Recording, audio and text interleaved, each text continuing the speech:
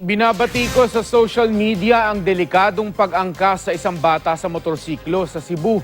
Nakaangkas ito sa balikat ng isang pasahero habang tumatakbo ang motorsiklo. Makibalita tayo kay Bernadette Reyes. Sa kuhang ito na in-upload ng Cebu Flash Report FB page, makikita ang tatlong magkakaangkas sa isang umaandar ng motorsiklo. Pero ang nakababahala, ang isa sa mga angkas, may bata pang angkas sa kanyang balikat. Kuha raw ito sa Minglanilla, Cebu.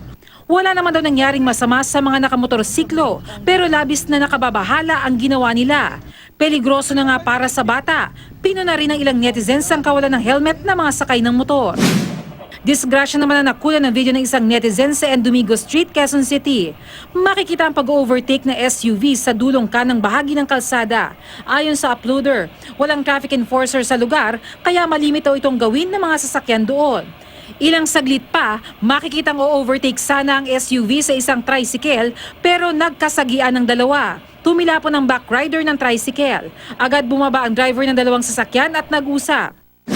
Viral din sa social media ang videong ito kung saan makikitang muntik mabangga ng motor ang isang pedestrian.